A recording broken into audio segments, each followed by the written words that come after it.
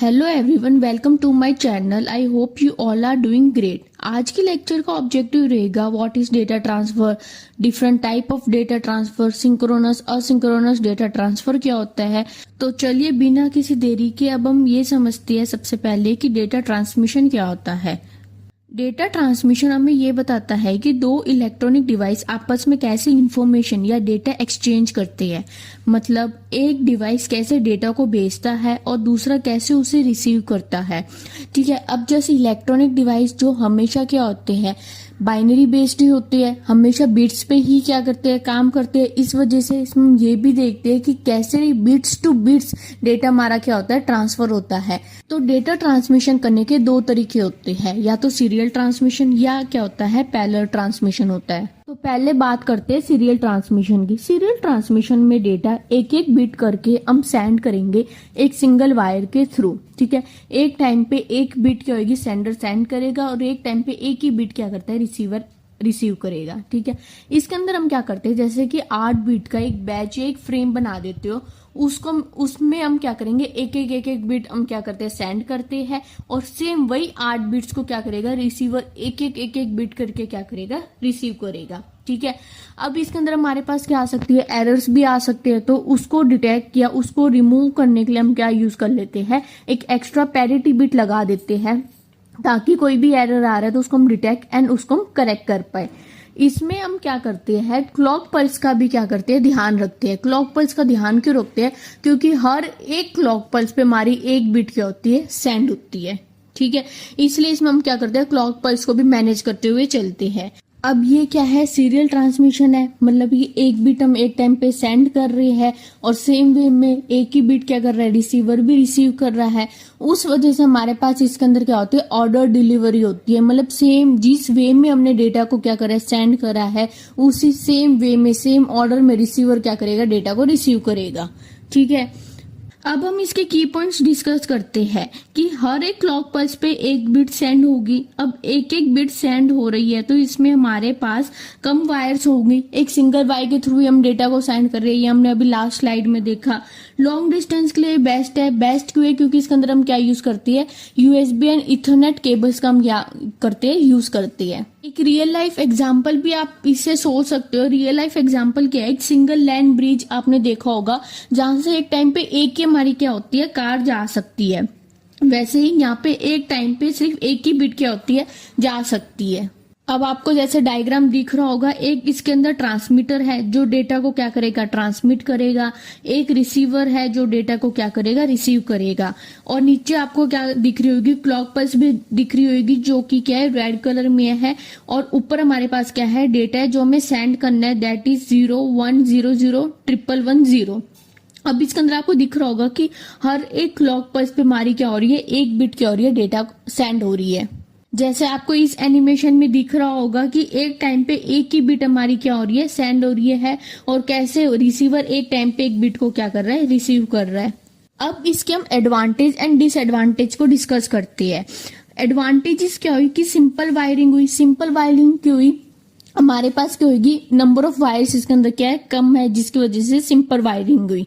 ठीक है, दूसरा ये लॉन्ग डिस्टेंस के लिए बेस्ट है, क्योंकि हम इसके अंदर क्या यूज करते हैं, यूएसबी एंड इथरनेट केबल का यूज कर रहे हैं। ठीक है, लो कॉस्ट एंड मेंटेनेंस भी इसके अंदर क्या हुई, इजी हुई। लो कॉस्ट की हुई, नंबर ऑफ वायर्स कम है तो हमारे पास इसके अंदर कॉस्ट भी हमको कम लगेगी, और नंबर ऑफ वायर हमारे पास कम है तो इसको मेंटेन करना भी हमारे पास क्या हो गया, इजी हो गया।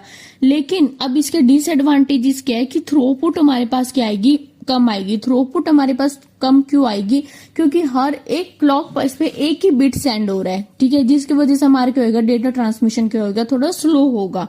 अब इसके अंदर अगर हमें क्या करना है, डेटा ट्रांसमिशन फास्ट करना है, तो हमें क्या करनी पड़ेगी, हाई स्पीड क्लॉक का यूज करना पड़ेगा, ताकि जल्दी से जल्दी क्लॉक पल्स जनरेट हो और उतना ही फास्ट हमारा क्या हो, डेटा भी ट्रांसफर हो।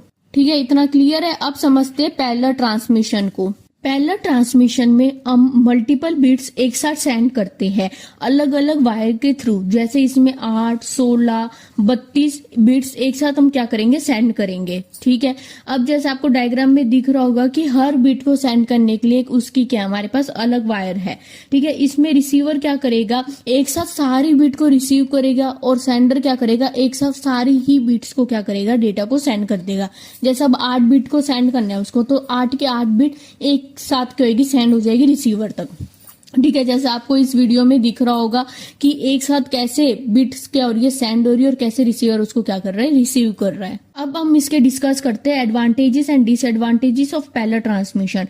एडवांटेजेस क्या है, स्पीड फास्ट होगी। फास्ट क्यों होगी, क्योंकि सारी बिट हम क्या कर रहे हैं, एक साथ सेंड कर रहे हैं। ठीक है, अब हमें इसमें क्लॉक को मैनेज भी नहीं करना पड़ेगा। ठीक है, क्योंकि हर बिट के लिए हम क्लॉक पल्स नहीं रख रहे हैं, हम क्या करते हैं कि सारी बिट्स को एक साथ ही हम क्या कर देते हैं, सेंड कर देते हैं।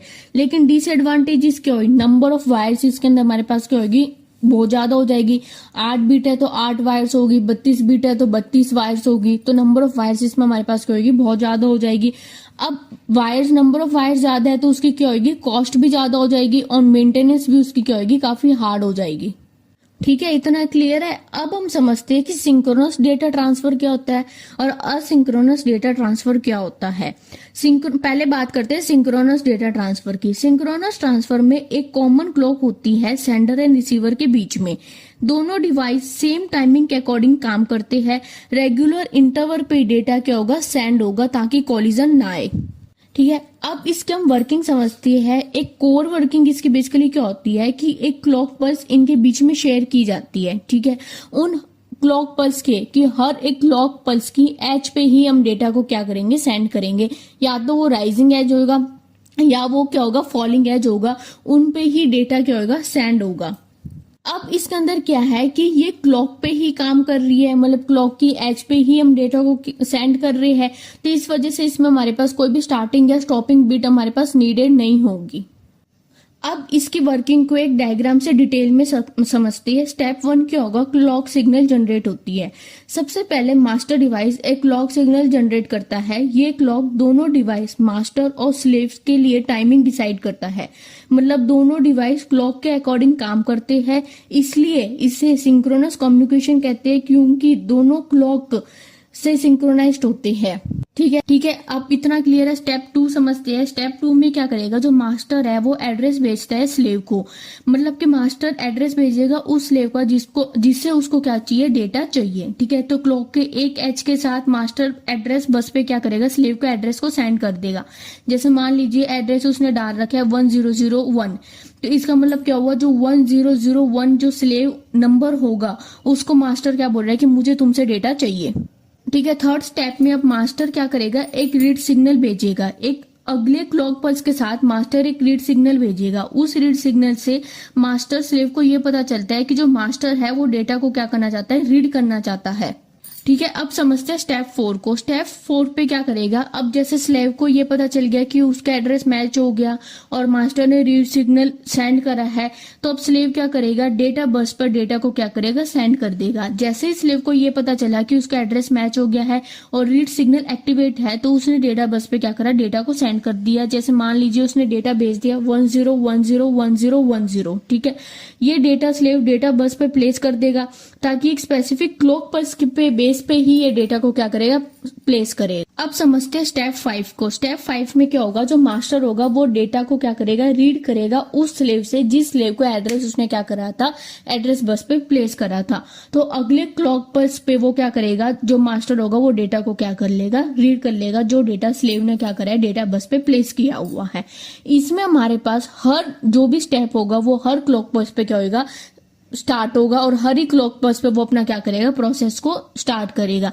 क्योंकि इसके अंदर हमारे क्या होता है, दोनों डिवाइस के बीच में हम क्लॉक पल्स को मैनेज करते हुए चलते हैं, जिस वजह से हमारे इसमें क्या होती है, सिंक्रोनाइजेशन होती है, ताकि दोनों डिवाइस के बीच में क्या ना आ सके, कॉलिजन ना आ सके।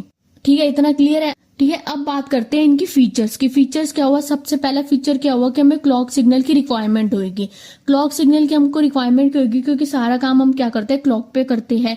दूसरा इसके अंदर क्या हुआ, फास्ट एंड एफिशिएंट हुआ। फास्ट एंड एफिशिएंट क्यों हुआ, क्योंकि हमें कोई भी एक एक्स्ट्रा बीट को हमें मैनेज करके हुए नहीं चलना पड़ेगा जैसे हम असिंक्रोनस में करेंगे।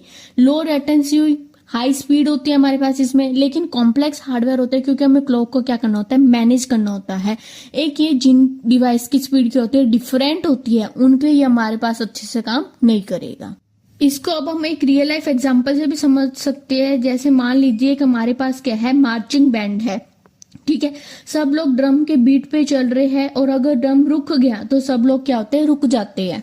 ठीक है, इतना क्लियर है। अब हम इसके एडवांटेज डिसएडवांटेज देख लेते हैं। एडवांटेज क्या हुई, हाई स्पीड होगी, हैवी डेटा के लिए क्या है, रिलायबल है। लेकिन डिसएडवांटेज क्या है, हार्डवेयर हमें इसके अंदर क्या चाहिए होंगे, ज्यादा चाहिए होंगे, क्लॉक पल्स को भी मैनेज करना होगा, जिस वजह से हमारे पास क्या होती है, एक्सपेंसिव हो जाएगा। ठीक है, इतना क्लियर है। अब हम डिस्कस करते हैं असिंक्रोनस डेटा ट्रांसफर को। असिंक्रोनस डेटा ट्रांसफर में हमारे पास क्या होती है, कोई भी क्लॉक पल्स नहीं होगी। इसके अंदर हर बाइट के साथ हम एक क्या करते हैं, स्टार्ट एंड स्टॉप बिट लगा देते हैं। ठीक है, अब हम इसकी एक कोर वर्किंग समझते हैं। कोर वर्किंग क्या होगा, जैसे कि एक डेटा सेंडर को क्या करना है, सेंड करना है, तो वो एक बाइट ऑफ डेटा को सेंड करने से पहले वो एक क्या करेगा, स्टार्टिंग बिट को भेज देगा। ठीक है, स्टार्टिंग बिट को भेजने के बाद वो 8 बाइट का अपना डेटा भेजेगा। अब उसने 8 बाइट का डेटा को सेंड कर दिया है। अब वो एक क्या करेगा, एंड में 1 या 2 स्टॉप बिट क्या करेगा, सेंड कर देगा। ठीक है, अब रिसीवर सिर्फ तब एक्टिव होगा जब उसके पास क्या मिली है, स्टार्ट बिट मिली है। जैसे उसको स्टार्ट बिट मिली है, रिसीवर समझ गया कि उसको डेटा को क्या करना है, रिसीव करना है। ठीक है, वो डेटा को रिसीव कर लेगा। जब उसको एंड बिट मिल जाएगी तो वो डेटा को रिसीव करना क्या करेगा, बंद कर देगा उसके बाद। अब इसकी वर्किंग को एक एग्जाम्पल के थ्रू डिटेल में समझते हैं। जैसे हमारे पास स्टेप 1 के होगा, जो हमारी लाइन होगी जिससे डेटा को सेंड होगा, वो उस टाइम क्या होती है, हाई होती है। तो सबसे पहले जब भी कोई भी डेटा ट्रांसफर नहीं हो रहा है तब कम्युनिकेशन लाइन हमारी क्या होगी, हाई होगी। तो रिसीवर भी उस हाई को क्या कर रहा है, चेक कर रहा है। हाई का मतलब क्या होता है कि हमारे इस टाइम हमारे पास कोई भी ऐसा डेटा नहीं है जो सेंडर सेंड करना चाहता है उस रिसीवर को।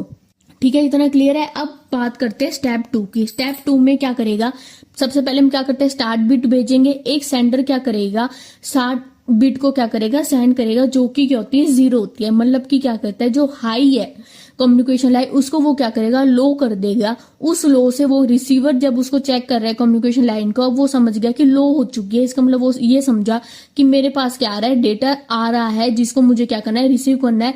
इसलिए वो क्या करता है, अपनी जो टाइमिंग होती है उसको रिसीवर क्या करता है, एडजस्ट कर लेता है ताकि वो डेटा को क्या कर पाए, रिसीव कर पाए। ठीक है, इतना क्लियर है। अब स्टेप 3 में क्या आता है, अब सेकेंड स्टेप में हमने क्या करा, स्टार्ट बिट को भेजा। स्टेप 3 में हम क्या करेंगे, एक्चुअल डेटा को हम क्या करते हैं, सेंड करते हैं। तो सेंडर क्या करेगा, जो 8 बिट होगी उनको क्या करेगा, क्लॉक्स के हिसाब से उनको क्या करेगा, एक एक बिट करके क्या कर देगा, सेंड कर देगा टाइम के हिसाब से। ठीक है, और रिसीवर भी क्या करेगा, टाइम के हिसाब से ही डेटा को वो क्या करेगा, रिसीव करता हुआ क्या करेगा, चलेगा। ठीक है, इतना क्लियर है। स्टेप 4 में क्या करते हैं कि ऑप्शनल होती है पैरिटी बीट। कुछ सिस्टम पैरिटी बीट्स को भी यूज कर लेते हैं, कुछ सिस्टम पैरिटी बीट्स को यूज नहीं करते हैं। पैरिटी बिट हम क्यों लगाएंगे, कोई भी एरर आ रहा है उसको डिटेक्ट किया, उसको करेक्ट करने के लिए हम पैरिटी बिट का क्या करते हैं, यूज करती है। ठीक है, इतना क्लियर है। अब स्टेप 5 में क्या आएगा, हम वापिस हम क्या करेंगे, स्टॉप बिट को सेंड कर देंगे।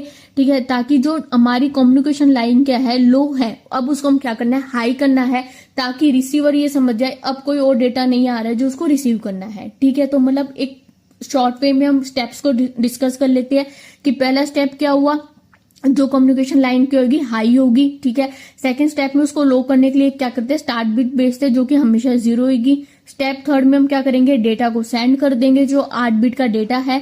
स्टेप 4 में हम क्या करेंगे, पैरिटी बिट कुछ सिस्टम लगाते हैं, कुछ सिस्टम नहीं लगाते हैं। स्टेप 5 में हम क्या करेंगे, स्टॉप बिट भेज देंगे जो हमारे कम्युनिकेशन लाइन को क्या करता है, हाई करने के लिए यूज आता है। मतलब कि स्टॉप बिट हमारी क्या होती है, 1 होती है। ठीक है, इतना क्लियर है। अब हम इसके फीचर्स की बात करते हैं। फीचर्स में क्या है कि कोई भी हमारे पास शेयर्ड क्लॉक नहीं होगी। ठीक है, शेयर्ड क्लॉक नहीं होगी। दूसरा सिंपल है, कॉस्ट इफेक्टिव भी है, लेकिन ओवरहेड इसमें बहुत ज्यादा होगा। ओवरहेड इसमें ज्यादा क्यों होगा? क्योंकि हमें एक्स्ट्रा बिट को भी क्या करना है, मैनेज करते हुए चलना है, जिस वजह से इसके अंदर क्या होती है, ओवरहेड ज्यादा होगी। एक जैसे रियल लाइफ एग्जांपल से आप इसको समझ सकते हो कि वॉकी टॉकी हो गया। वॉकी टॉकी में हम पहले क्या करते हैं, स्टार्टिंग वर्ड भेजते हैं हेलो, फिर उसके बाद हम क्या करते हैं, डेटा को सेंड करते हैं, फिर हम एक कम्युनिकेशन को डिस्कनेक्ट करने के लिए हम क्या करते हैं, ओवर बोलते हैं। तो वही एक इसका क्या हुआ, रियल लाइफ एग्जांपल हुआ। ठीक है, अब हम बात करते हैं एडवांटेज एंड डिसएडवांटेजेस की। एडवांटेजेस क्या हुए, सिंपल हार्डवेयर हुए, कॉस्ट इफेक्टिव हुआ, फ्लेक्सिबल हुआ। लेकिन डिसएडवांटेज क्या हुई, स्पीड स्लो होती है क्योंकि हमारे पास एक्स्ट्रा बीट होती है, और टाइमिंग मिसमैच भी इसमें हमारे पास हो सकता है। ठीक है, इतना क्लियर है। अब हम बात करते हैं difference between the asynchronous and synchronous. ठीक है, सबसे पहला डिफरेंस क्या आता है, क्लॉक का आता है। असिंक्रोनस में हमारे पास कोई भी शेयर्ड क्लॉक नहीं होगी, सिंक्रोनस में हमारे पास शेयर्ड क्लॉक होती है। ठीक है, अब दूसरा डिफरेंस आता है डेटा फ्रेमिंग का। और सिंक्रोनस में हमने देखा था एक स्टार्ट एंड एक स्टॉप बीट होती है, वेरएज सिंक्रोनस में हमारे पास कोई भी स्टार्ट या स्टॉप बीट नहीं होगी। तीसरा जो इसमें डिफरेंस है दैट इज स्पीड। स्पीड क्या होगी, असिंक्रोनस में स्लो होती है, सिंक्रोनस में क्या होती है, फास्ट होती है, क्योंकि इसके अंदर कोई भी हमारे पास एक्स्ट्रा बीट को हमें क्या करना है, मैनेज नहीं करना होता है। हार्डवेयर असिंक्रोनस क्या हुआ, सिंपल हुआ। सिंक्रोनस का हमारे पास क्या हुआ, कॉम्प्लेक्स हुआ। सिंक्रोनस का कॉम्प्लेक्स हुआ क्योंकि उसके अंदर हमें क्या करना है, क्लॉक पल्स को मैनेज करते हुए चलना है, जिस वजह से हमारे पास कॉम्प्लेक्स हार्डवेयर हो जाते हैं। अगर हमारे पास क्या है, स्मॉल डेटा को हमें ट्रांसफर करना है तो अब हम असिंक्रोनस का यूज कर लेते हैं, वेरेज हमें हाई स्पीड डेटा चाहिए तो वहां पे हम क्या करते हैं, सिंक्रोनस का यूज कर लेते हैं। ठीक है, इतना क्लियर है। आज की लेक्चर की समरी देख लेते हैं। आज हमने सीरियल पैरेलल ट्रांसमिशन डिस्कस किया, सिंक्रोनस असिंक्रोनस को डिस्कस किया। सीरियल में हमारे पास क्या होता है, एक बीट हम एक टाइम पे सेंड करते हैं, पैरेलल में हम मल्टीपल बीट्स को सेंड करते हैं, सिंक्रोनस में हम क्या करते हैं, कंटिन्यू स्ट्रीम्स ऑफ डेटा होएगा जो कि क्लॉक पल्स पे काम करेगी, और असिंक्रोनस में हम क्या करते हैं, बाइट टू बाइट डेटा को सेंड करते हैं, जिसमें हमारे पास एक स्टार्ट एंड स्टॉप बीट होती है। तो ये था आज का लेक्चर। अगर आपको पसंद आया तो लाइक, शेयर एंड सब्सक्राइब करना मत भूलना। Thanks for watching. मिलते हैं नेक्स्ट वीडियो में।